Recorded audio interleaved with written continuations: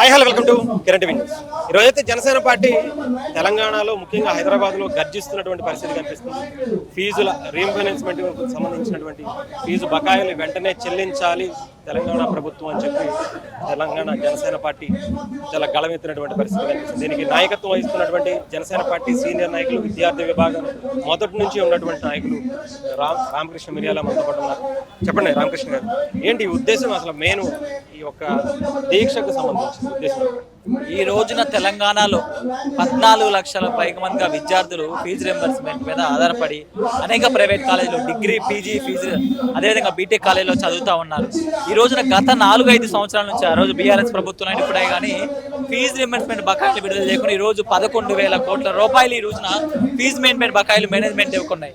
దానివల్ల మేనేజ్మెంట్లు ఇబ్బంది పడుతున్నాయి. దానివల్ల వాళ్ళు విద్య అయిపోయి బయటకు వచ్చి స్టడీ అయిపోయి బయటకు వచ్చిన తర్వాత ఉన్నత విద్యకు వెళ్ళడానికో లేకపోతే ఏదైనా జాబ్ వచ్చిన జాబ్కి వెళ్ళడానికి సర్టిఫికేట్ల కోసం వెళ్తే కాలేజ్ యాజమాన్యాలు సర్టిఫికేట్లు ఉన్న పరిస్థితి ఈరోజు కనపడతా ఉంది. ఈ రోజున చూసినట్లయితే విద్యార్థుల యొక్క బాధలు రాష్ట్ర ప్రభుత్వానికి అర్థం కావట్లేదు.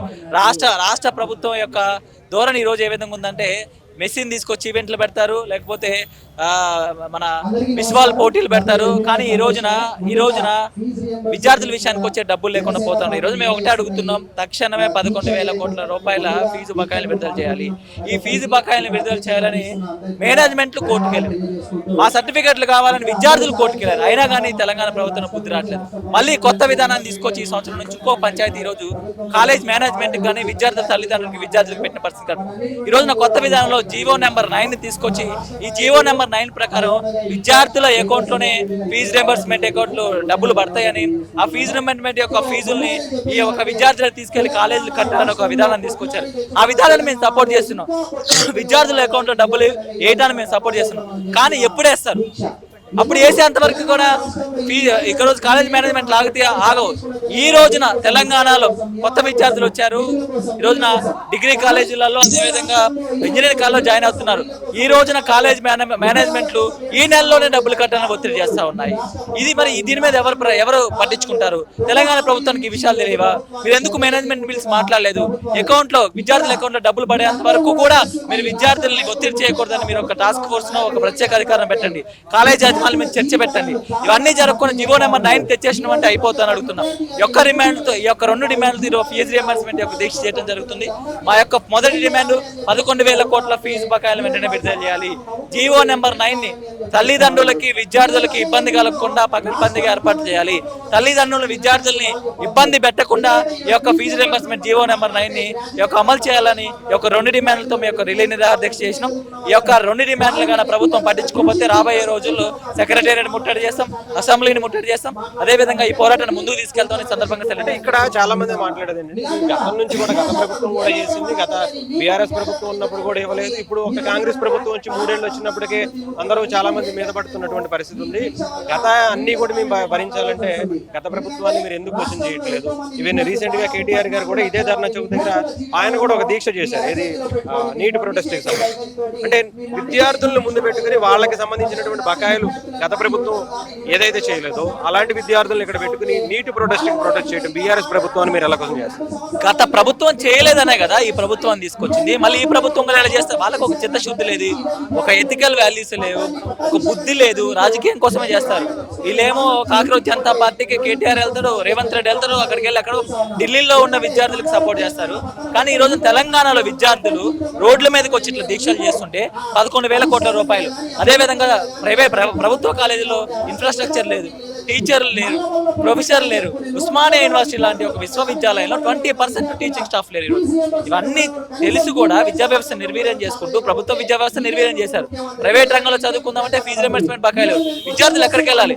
ఈ యొక్క దేశ భవిష్యత్తే విద్యార్థులు. అలాంటి విద్యార్థుల భవిష్యత్తు నాశనం చేసే కార్యక్రమాన్ని ఆ రోజున బీఆర్ఎస్ పార్టీ పెట్టుకుంది. అందుకే విద్యార్థులు దించారు. ఈ రోజు కాంగ్రెస్ పార్టీ దాన్ని డబల్ చేస్తా ఉంది. ఈ 2 పార్టీలు గుర్తుంచుకోవాలి. విద్యార్థులు అన్ని చూస్తా ఉన్నారు. విద్యార్థులతో పెట్టుకుని ఏ పార్టీ పార్టీ కూడా నిలబడినట్టు చరిత్రలో లేదు. ఇక్కడ కేటీఆర్ గారు ఆ రోజు స్టేజ్ మీద కొంతమంది జంజీ విద్యార్థులను కూర్చోబెట్టి కొన్ని స్టేట్మెంట్లు ఇప్పించారు. కొంత మిడిల్ ఫింగర్ చూపించడం, బూతులు తిట్టి పెట్టించడం, ఇష్టానుసారం అటు మోదీ ప్రభుత్వాన్ని, మోదీ గారిని ఇష్టం వచ్చినట్టు మాట్లాడిపించడం చేశారు. మరి అదే జంజీ యువతని అలా వాళ్ళని ప్రొజెక్ట్ చేసినప్పుడు ఎందుకని ఇప్పుడు జంజీ యువత ఇక్కడికి వచ్చి ఇక్కడ మాట్లాడేటువంటి ప్రయత్నం చేస్తే ఎలా ఉండదంటారు? నేను అదే అంటున్నా, జంజీ యువతని అందరు జంజీ యువతని కొంతమంది జంజీ యువత తప్పుదారి పట్టిస్తా ఉన్నారు. అది కాదు, మన హక్కుల కోసం ప్రశ్నించాలి. ఈరోజు ఫీజు రియంబర్స్మెంట్ బకాయి లేదు, విద్యా వ్యవస్థ కరెక్ట్ లేదు, స్కూల్స్ కరెక్ట్ లేవు, కాలేజీలు కరెక్ట్ లేవు, ఎథికల్ వాల్యూస్ కరెక్ట్ లేవు, సమాజంలో శాంతి భద్రత కరెక్ట్ లేవు. వీటన్నిటి మీద కూడా జంజీ యువత ప్రశ్నించాలి, జంజీ యువత పాల్గొనాలి. ఏదో ఆ రోజున రేవంత్ రెడ్డి, రాహుల్ గాంధీనో, కేటీఆర్ ఏదో వాళ్ళే కదా ఈ వ్యవస్థను ఇట్లా తయారు చేసింది. వాళ్ళ మీదే మనం పోరాటం చేయాల్సింది. వాళ్ళతో కలిసి దేశ విచ్ఛిన్నానికి మనం కోరుకోకూడదు. ప్రజాస్వామ్యయుతంగా మనకి అనేక హక్కులు ఇచ్చింది. ఆ హక్కుల ప్రకారం మనం ముందుకెళ్ళాలని కోరుకుంటున్నాం. అంటే ఇక్కడ రేవంత్ రెడ్డి గారు కూడా రీసెంట్ గా చూసాం, ఇంజనీరింగ్ స్టూడెంట్స్ కి సంబంధించి ఆయన మాట్లాడినటువంటి మాట, ఒక విద్యార్థులను పట్టుకుని చదువుకున్నటువంటి ఇంజనీరింగ్లు లేదా వాళ్ళు చదువుకున్నటువంటి వాళ్ళని పట్టుకుని ఏం చేస్తున్నారో ఏం చదువుతున్నారో వాళ్ళకే తెలియట్లేదు, వాళ్ళ మీద ఒక అనరాని వాడు కూడా వాడేశారు ఆయన. ఏంటి అసలు ఏమంటారు? నేనేమంటున్నా అంటే వాళ్ళకి చిత్తశుద్ధి లేదు, వాళ్ళకి చిత్తశుద్ధి అనేది లేదు. ప్రభుత్వాలకి విద్యార్థులు అంటే చిత్తశుద్ధి లేదు. వాళ్ళు అనేక రకమైన పరిస్థితులు క్రియేట్ చేసి ఈరోజు ప్రజలను ఇబ్బంది పెడతా ఉన్నారు. ఖచ్చితంగా దానికి సంబంధించి రాబోయే రోజుల్లో పోరాటం తెలంగాణలో అన్ని వర్గాల వారు ముమ్మరం చేస్తా ఉన్నారు. విద్యార్థులు కూడా రేపొద్దున విద్యార్థి విభాగం తరపున మేము కూడా రేపొద్దున రాబోయే సమస్యల మీద ఈ యొక్క సమస్యల మీద ఖచ్చితంగా పోరాటం చేస్తాం. ఈ ప్రొటెస్ట్కి సంబంధించి ఈ మధ్యన జనసేన పార్టీ చాలా యాక్టివ్గా కనిపిస్తుంది. వరుసగా చెప్పాలంటే ఏదైతే పవన్ కళ్యాణ్ గారిని తెలంగాణకు దూరం చేయాలనేటువంటి వ్యాఖ్యల తర్వాత చాలా స్పీడ్ అయిపోయిందని చెప్పాలి. మన పొలిటికల్ పార్టీ పెట్టిందే సమస్యల గురించి.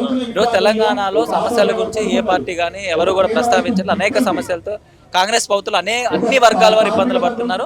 రోజు మేము రాజకీయం కోసం ఇంకోటి ప్రజల పక్షాన్ని నిలబడాలనే ఒక ఉద్దేశంతో అనేక సమస్యల మీద తెలంగాణ చేస్తా ఉన్నాం. ఈ రోజున తెలంగాణ జనసేన వైపు చూస్తా ఉంది, ప్రజల జనసేన వైపు చూస్తున్నారు. వీళ్ళైతేనే మా సమస్యలను పరిష్కరిస్తారని ఒక విధానంలో చేస్తా ఉన్నారు. అందుకనే మేము ఈరోజు అనేక వర్గాల వారు తెలంగాణ జనసేన ఆఫీస్ దానివల్ల మేము ముందుకు కూడా మీ జనసేన దగ్గరికి వచ్చారా? చాలా మంది విద్యార్థులు కూడా వచ్చినట్టున్నారు. అనేక మంది, వేల మంది యువకులు, వేల మంది తల్లిదండ్రులు మా దగ్గరకు వచ్చారు. అదేవిధంగా నేను ఒక విద్యార్థి నాయకుడు. నేను బీటెక్ చేసిన, మాస్ కమ్యూనికేషన్ జర్నలిజం చేసిన, LLB చేసిన, అవన్నీ నాకు విద్యార్థి సమస్యలు తెలుసు. అదేవిధంగా తల్లిదండ్రులు, విద్యార్థులు కూడా మమ్మల్ని. అంటే ఈసారి జనసేన పార్టీ ఎలా ముందుకు వెళ్ళబోతుంది? దీని తర్వాత కావచ్చు, ఈ విద్యార్థులు కావచ్చు, లేదా మిగతా ఇష్యూస్ కావచ్చు, దేని మీద అయినా సరే జనసేన ముందుండబోతుంది. ప్రజల సమస్యలు, విద్యార్థి సమస్యలు, అన్ని వర్గాల సమస్యలు మా ఎజెండా. మాకు రాజకీయ ఎజెండా అంటూ ఏం లేదు. ఇక్కడ తెలంగాణలో ఉన్న సమస్యలను ప్రస్తావించు, అదేవిధంగా BC SC ST మైనారిటీలకు రాజ్యాధికారాన్ని తీసుకొస్తూ అనేక ఇక్కడ వనరుల్ని తెలంగాణ వాళ్ళకి యూటిలైజ్ చేసే విధంగా జనసేన పోరాటం, జనసేన ప్రయాణం కొనసాగుతుంది. ఇక్కడ జనసేన ఇప్పుడు ఏదైనా దీనికి సంబంధించి ఇక్కడ ప్రభుత్వం స్పందించకపోతే, రేవంత్ రెడ్డి గారు దీని మీద ఎటువంటి డెసిషన్ తీసుకోకపోతే, పవన్ కళ్యాణ్ గారు ఏమన్నా దీని మీద స్పందించే అవకాశం ఉందా? ఏదో ఒక విధంగా దీనికి పవన్ కళ్యాణ్ గారు అవసరం లేదు. అదే విద్యార్థి విభాగంగా ఒకవేళ వారు కానీ స్పందించకపోతే, మరి సమస్యను పరిష్కారం చేయకపోతే మేము సెక్రటేరియట్ని ముట్టడి చేస్తాం, కావాల్సి అసెంబ్లీని ముట్టడి చేస్తాం, రేవంత్ రెడ్డిని ఇల్లుని ముట్టడి చేస్తాం. ఈ సమస్య పరిష్కారం అయ్యేంత వరకు జనసేన నాయకులు, జనసేన విద్యార్థి విభాగం తరఫున పోరాటం చేస్తాం. ఇక్కడ మిగతా పార్టీలకు సంబంధించి ఎవరన్నా మీరు కలిసి ముందుకు వెళ్ళేటువంటి అవకాశం ఉందా ఈ సమస్య గురించి? సమస్యల మీద పోరాటం చేసినప్పుడు ఎవరు కలిసి వచ్చినా అందరినీ కలుపుకుని వెళ్తాం. దీంట్లో రాజకీయ కారణాలంటూ, రాజకీయ పొత్తులతో సంబంధం లేదు. ఒక సమస్య ఉంది. ఏ ప్రజా సంఘాలు వచ్చినా, ఏ పార్టీలు వచ్చినా కానీ పవన్ కళ్యాణ్ గారి యొక్క నోటీసులో పెట్టి మేము వాళ్ళతో కలిసి విద్యార్థుల గురించి అన్ని పార్టీలు కలిసి రావాలని ఏమైనా పిలుపునిచ్చే అవకాశం ఏమైనా ఉందా? విద్యార్థుల గురించి అన్ని పార్టీలు రావాలి, అన్ని ప్రజా సంఘాలు రావాలని మేము ఉస్మానియా విద్యార్థి సంఘాలు చెప్పి, నేను ఉస్మానియా విద్యార్థి నాయకుడిగా అన్ని సంఘాలకు చెప్పి